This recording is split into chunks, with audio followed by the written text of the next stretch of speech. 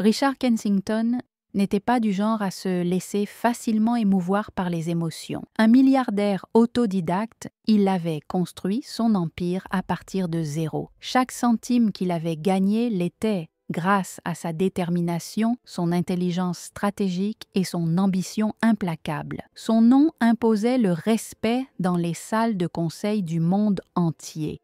Et ses décisions commerciales, toujours précises et réfléchies, étaient admirées, même craintes par les plus grands. Les hommes d'affaires les plus calculés le considéraient comme un modèle. Mais pour Richard, tout cela n'avait que peu d'importance. La seule chose qui comptait véritablement à ses yeux était son fils, Dorian. Dorian avait été la fierté et la joie de Richard dès sa naissance. Ce dernier avait mis en lui tous ses rêves et ambitions, veillant à ce qu'il ait accès aux meilleurs mentors et aux meilleures opportunités éducatives. Richard n'avait pas seulement bâti son empire pour lui-même, mais pour son fils, espérant qu'un jour, il en hériterait et perpétuerait l'héritage familial. Dorian était le centre du monde de Richard, son bien-aimé, son trésor. Mais au fil des années, les choses commencèrent à changer. Richard observait avec une grande consternation son fils s'éloigner.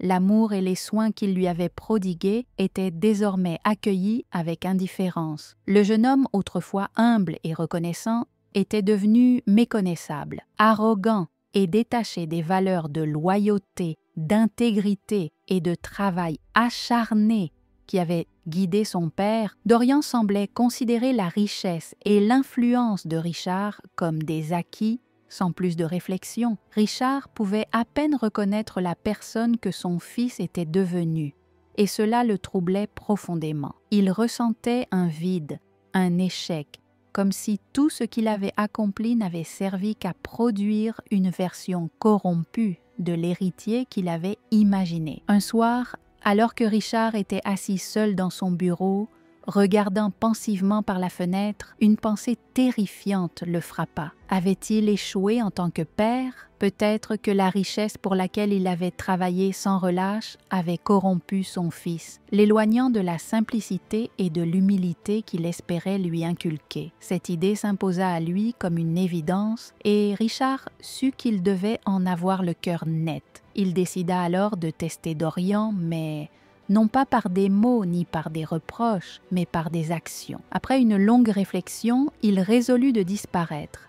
Il abandonnerait tout, sa fortune, son nom, son manoir, et il vivrait comme un homme ordinaire. Il se fondrait dans l'anonymat pour voir si Dorian se soucierait de lui suffisamment pour le rechercher. C'était un test extrême, mais Richard n'apercevait pas d'autre solution. Le lendemain matin, il prépara un petit sac de voyage, ne prenant que l'essentiel et une modeste somme d'argent. Avant de quitter le manoir, il s'arrêta un instant pour jeter un dernier regard à la vie qu'il avait bâtie, un regard empli de mélancolie. Pour la première fois depuis des années, il se sentit étrangement soulagé, une sensation de clarté qu'il n'avait pas ressentie depuis longtemps. C'était quelque chose qu'il avait dû faire depuis des semaines, mais n'avait jamais osé franchir le pas.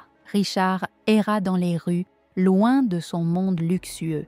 Ses costumes, autrefois impeccables, étaient désormais usés. Ses chaussures cirées, autrefois d'une brillance éclatante, étaient éraflées, presque méconnaissables. Il dormit dans des refuges, mangea ce qu'il pouvait se permettre et se fondit dans l'anonymat. Il n'était plus Richard Kensington, l'homme d'affaires milliardaire. Il n'était désormais qu'un autre visage dans la foule, une ombre parmi les ombres. De loin, Richard observait la vie de Dorian. Son fils vivait une existence de luxe, au volant de voitures coûteuses, dînant dans des restaurants exclusifs, entouré d'une élite qu'il semblait prendre pour acquis.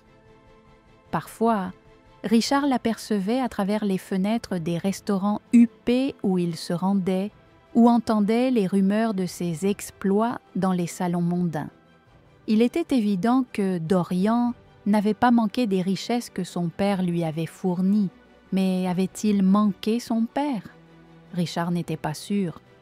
L'idée qu'il puisse être oublié, qu'il ne représente plus rien pour son propre fils l'effrayait profondément.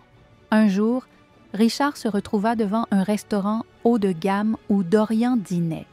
Il se cacha de l'autre côté de la rue, observant les mouvements de son fils à travers la vitrine.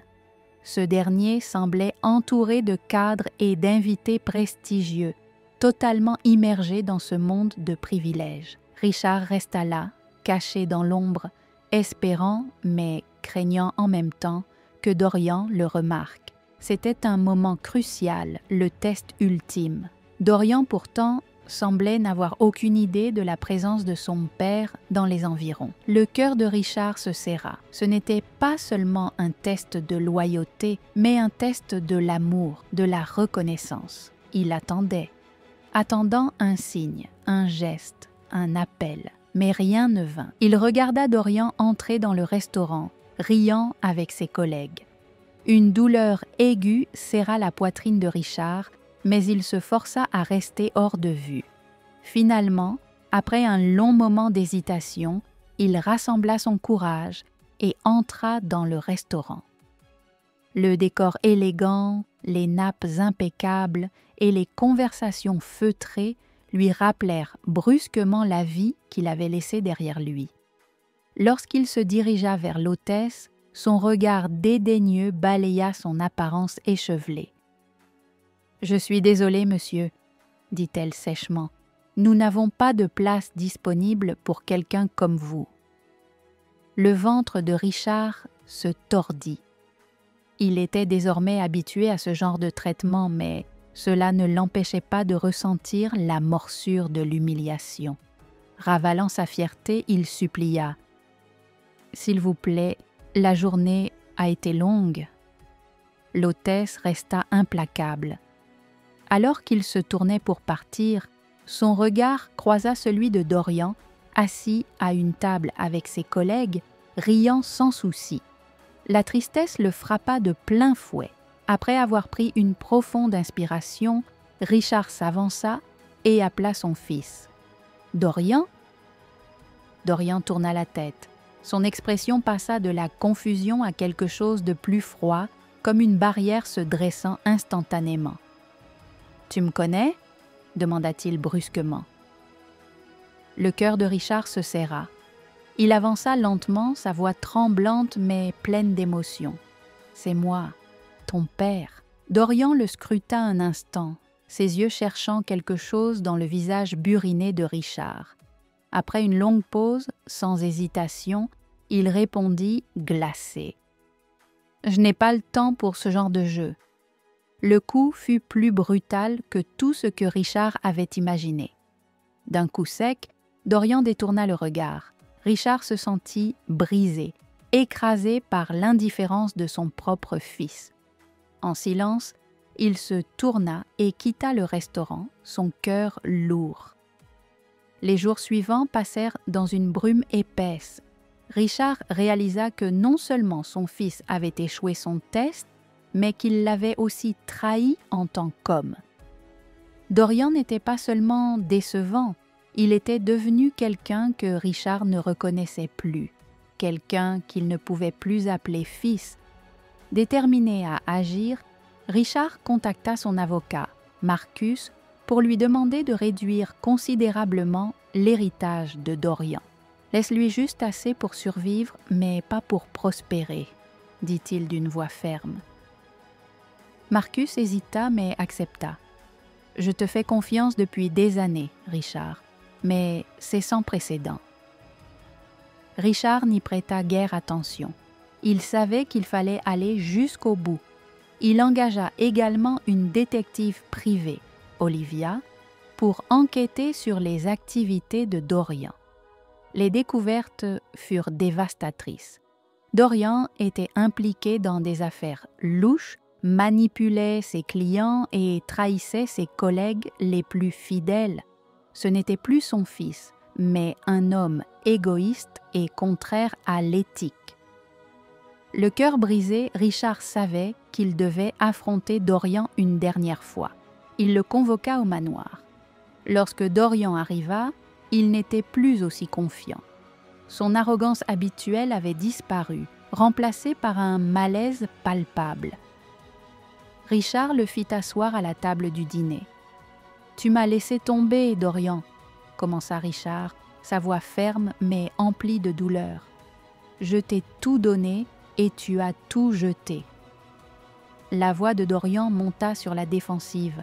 « J'ai construit mon succès, j'ai travaillé dur. » Richard le regarda droit dans les yeux. « Non, tu as tout pris et tu as trahi non seulement moi, mais aussi les valeurs avec lesquelles je t'ai élevé. » Richard glissa un dossier épais sur la table. À l'intérieur se trouvaient des documents juridiques coupant Dorian de l'héritage familial. Le visage de Dorian pâlit à la lecture des pages. « Tu ne peux pas faire ça !» s'écria-t-il, choqué. « Je l'ai déjà fait, » répondit Richard d'une voix brisée. « C'est la dernière leçon. » Il se leva, ses yeux emplis de tristesse mais résolus.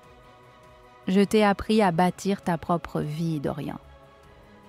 À partir d'ici, tu seras seul. » Furieux et abattu, Dorian se leva en trombe, jurant de ne jamais revenir. Il claqua la porte du manoir derrière lui, sa fureur éclatant dans la nuit. Les mois qui suivirent furent marqués par la chute de Dorian. Ses entreprises s'effondrèrent une à une et ses amis l'abandonnèrent, voyant bien qu'il n'était plus rien sans le soutien de son père. Pour la première fois, Dorian dut faire face aux conséquences de ses actes. Seul, sans ressources, il se retrouva à affronter la dure réalité de ses erreurs.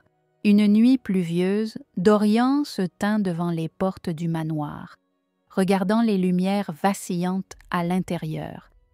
Il repensa à tout ce qu'il avait perdu. La richesse et le luxe n'avaient plus d'importance, mais il réalisa que l'amour et les conseils de son père lui manquaient terriblement. Trop tard, il comprit que la véritable richesse résidait dans l'intégrité et l'amour familial. Alors que Dorian s'éloignait, trempé jusqu'aux os, il savait que le chemin serait difficile, mais il devait le suivre, seul pour trouver sa rédemption.